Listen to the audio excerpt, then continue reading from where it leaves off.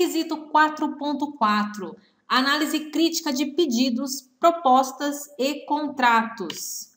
Bom, eu coloquei aqui que esse item ele foi eleito o mais traiçoeiro da norma. Vou até por um aplauso aí, tá? Muito bom, muito bom. É o item mais traiçoeiro, principalmente se você for do tipo que gosta de uma burocracia, tá? Esse item, ele pode, com perdão da palavra, te ferrar, ok? Porque se você escrever que você vai fazer tudo muito bonitinho, fazer muita coisa, tá? Vai ficar muito engessado, tá? E vai ser mentira, porque na prática, quando a amostra chega, ela tem que ser analisada logo, tá? Tem cliente que, laboratório de ensaio, ele larga a amostra na porta do laboratório. Eu já vi isso. Cheguei cedo para dar consultoria num cliente e aí, quando eu fui ver, tinha uma caixa na frente do laboratório e era um cliente que tinha passado mais cedo, antes das 7 da manhã, e largado a amostra na frente do laboratório, ok? Então, é muito complicado esse item. E se você ficar escrevendo que vai primeiro falar com o cliente vai assinar a folha, e você vai esperar o e-mail do cliente para começar a análise, no fim, você vai ficar pisando em ovos e passando coisa limpa, porque na prática não é isso que acontece, principalmente para laboratório de ensaio. Para laboratório de calibração é mais tranquilo, né? Porque exige um equipamento e algumas calibrações são feitas no cliente. Então aí o laboratório de calibração ele tem mais chance de negociação, né? De fazer as coisas com o passo a passo como deve ser, tá? Então a gente vai ler os requisitos desse item 4.4 e aí eu vou dizer na prática como é que você faz para isso acontecer e você não ficar aí pisando em ovos que uma hora ou outra você vai acabar tendo uma não conformidade nesse item, tá? Aqui estão a norma, né, na íntegra, o texto na íntegra, tá? Tem muita gente que não consegue diferenciar o que é pedido, o que é proposta, o que é contrato. Isso também tem muita variação, porque o país é muito grande e tem gente que chama de pedido, tem gente que chama de contrato, tem gente que chama de proposta, tá? Então é bom você primeiro ver se você consegue diferenciar essas coisas. Se você não conseguir diferenciar os três, com certeza uns dois você consegue, tá? Então aí você escreve o que é pedido para você, o que é uma proposta para você, ok? Então, na minha visão, pedido é aquilo que o cliente já sabe o que quer, né? Ele pede para você direto, já está certo. Proposta pode ser aquilo que o cliente está orçando ou você está discutindo com ele os requisitos técnicos. E contratos, na minha visão, é aquilo que você já tem definido. Por exemplo, um cliente mensal, que todo mês vai ser a mesma análise, tá? Então, mas defina isso, ok? O requisito é igual para todos, tá? Para pedido, proposta e contrato. Mas é bom você ter claro o que é o que para você facilitar, tá? O que é rotineiro, por exemplo, você pode dizer que a primeira autorização do cliente já serve. Então, aí facilita, não te fica prendendo com aquela coisa de você precisar toda vez pegar a assinatura do cliente, ok? Então, vamos lá. Item 4.4.1. O laboratório deve estabelecer e manter procedimentos para análise crítica dos pedidos, propostas e contratos. É desse procedimento que eu estou falando, que ele não pode te engessar, tá? Mas ele tem que existir, não pode ser sem procedimento. E aí acontece uma coisa interessante.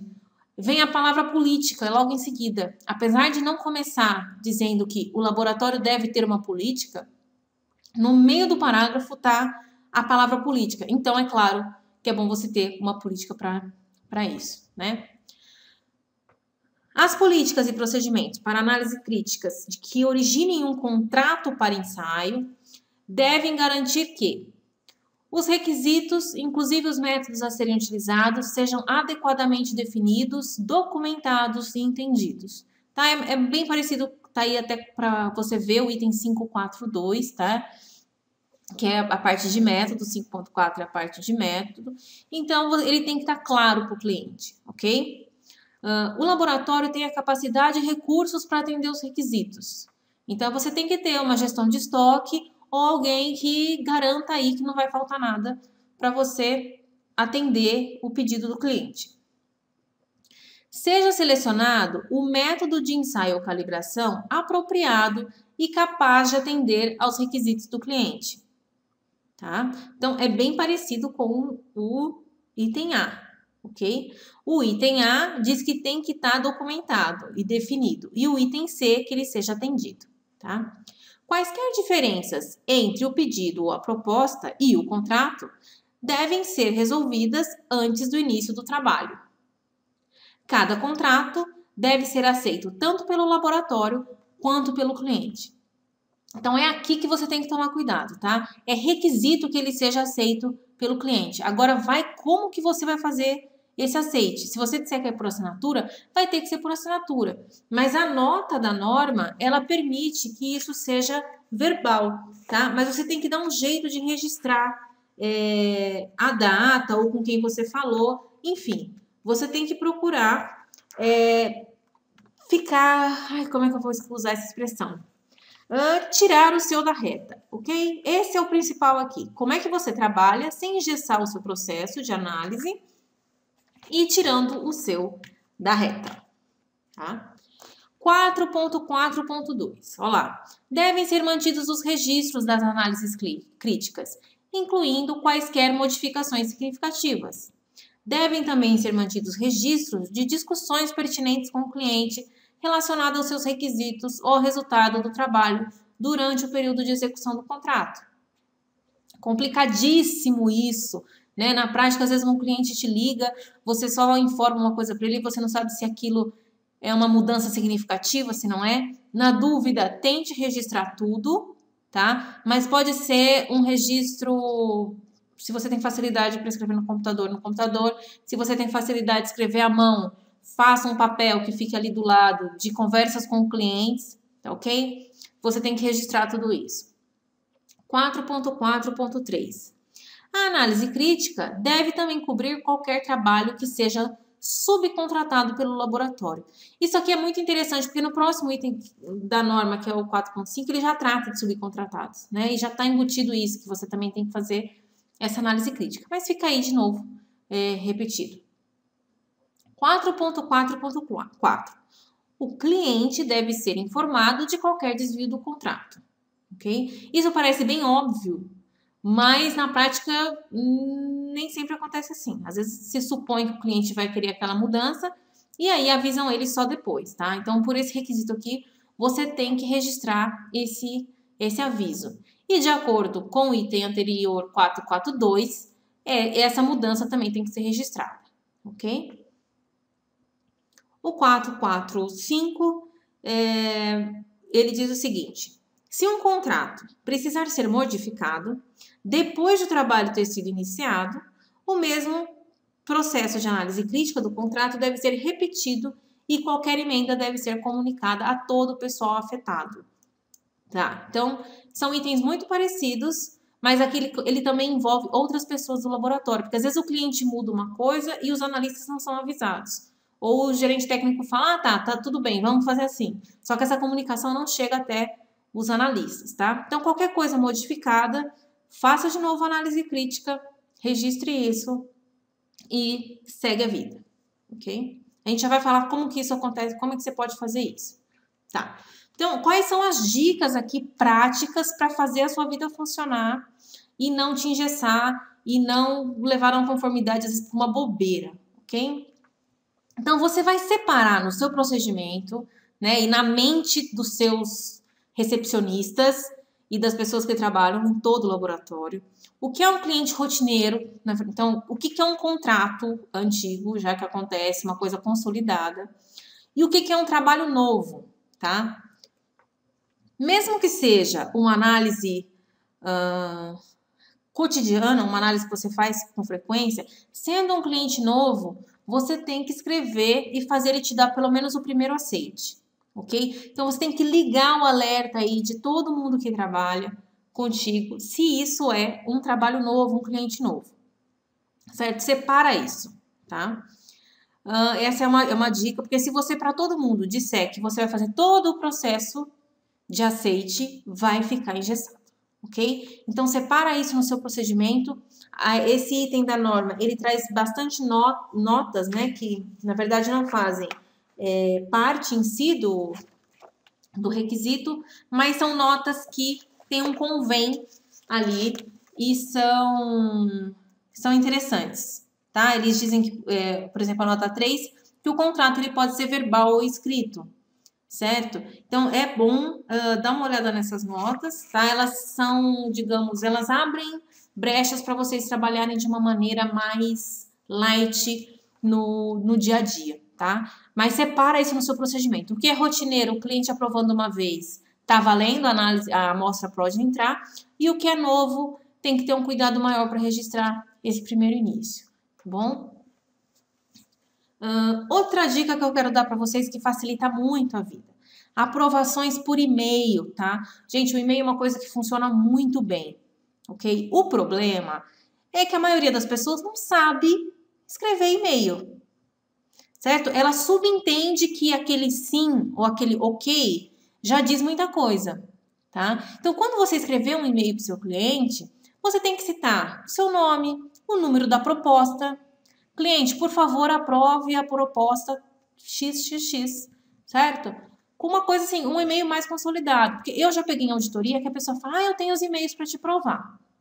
Aí procura lá, primeiro, outra coisa, né? Achar o e-mail. Então, as pessoas têm que ter uma sistemática para armazenar e-mail, fazer pastas ou por mês, ou por nome de cliente, enfim, ter uma organização no e-mail, né? E ter backup disso também, tá? Então, quem tem e-mail, por exemplo, no Google, tem o Google Takeout, né? Que você baixa todos os seus e-mails. Não precisa, você pode selecionar também os e-mails que você vai baixar, tá? Eu não sugiro imprimir. Eu acho que imprimir hoje em dia é uma... se você for imprimir todo o ok que alguém te dá, você vai gastar zilhões em papel e tinta, ok? Então, não precisa imprimir, mas você tem que ter uma sistemática de escrever o e-mail, certo? De pedir que na confirmação o cliente escreva o número da proposta, tá? E depois você tem que ter uma sistemática para guardar esse e-mail, para que no dia da auditoria a gente ache, né? Porque acontece muito da pessoa jurar que o e-mail estava lá, mas na hora a gente não acha, tá? Então, sempre, sempre, registros e documentos, organização, sistemática, tá? Sejam chatos, ok? E uma outra dica que eu quero dar é, a cada caso diferente de recepção de pedidos e propostas e contratos, cada caso diferente, você, gerente da qualidade, recepcionista, ou quem está mais atento a isso, abre uma ação de melhoria, tá? Abre uma ação preventiva para melhoria. E adiciona isso no seu procedimento, tá? Porque podem acontecer as coisas mais esdrúxulas possíveis, ok? Então, você coloca lá. Então, por exemplo, o cliente larga a amostra na porta. E aí, como eu estava contando, isso eu já presenciei, tá? Então, vai fazer o quê? Tá, ele deixou o nome, vai ligar para ele depois, vai tirar foto da condição de recebimento dessa amostra. O que você vai fazer, certo? Quando alguém largar a amostra na sua porta. Cliente manda a amostra pelo correio sem aviso prévio, tá? Isso também acontece demais, principalmente em regiões que tem poucos laboratórios e vem pelo correio, né? Ou um laboratório de muita confiança, o pessoal não quer saber de distância, eles mandam a amostra pelo correio, né? Às vezes sem aviso prévio, né? Então, aí você tem que escrever, tá? E o que a gente faz nesse caso? A amostra tá chegando, a gente vai fazer o quê? Põe na geladeira, né? Preserva essa amostra, liga para o cliente, o que faz primeiro? E deixa isso registrado, né? Abre uma ação uma ação preventiva, que é para melhorar esse recebimento, né? Tem muito a ver também com o recebimento de amostra. E aí você adiciona isso no procedimento e dá treinamento para todos os recepcionistas. Porque às vezes o gerente da qualidade ou o gerente técnico tem mais experiência, ou você pega um analista que está no laboratório há muito tempo, tem mais experiência, ele já tem aquela sacada, entendeu? Chegou a amostra desse jeito ou de um jeito diferente, ele já sabe o que fazer. Mas não é todo mundo, né? As pessoas são diferentes. Então você abre, treina todo mundo. Olha, sabe, é o famoso ligar o alerta, dar o grito. Né? Quando isso aconteceu, o que a pessoa tem que fazer e não para não fazer bobagem, e também para não perder o item do cliente, né? Porque quando o item do cliente está contigo, é propriedade do cliente, você tem que preservar isso, prezar por isso, certo? Então, essas são as dicas para que na prática você não tenha um sistema de análise de pedidos, propostas e contratos engessado, mas que, por outro lado, você também cumpra todos os requisitos da norma e continue trabalhando. ok? Era isso que eu tinha para falar, então. Essas são as principais dicas desse item 4.4. Boa sorte!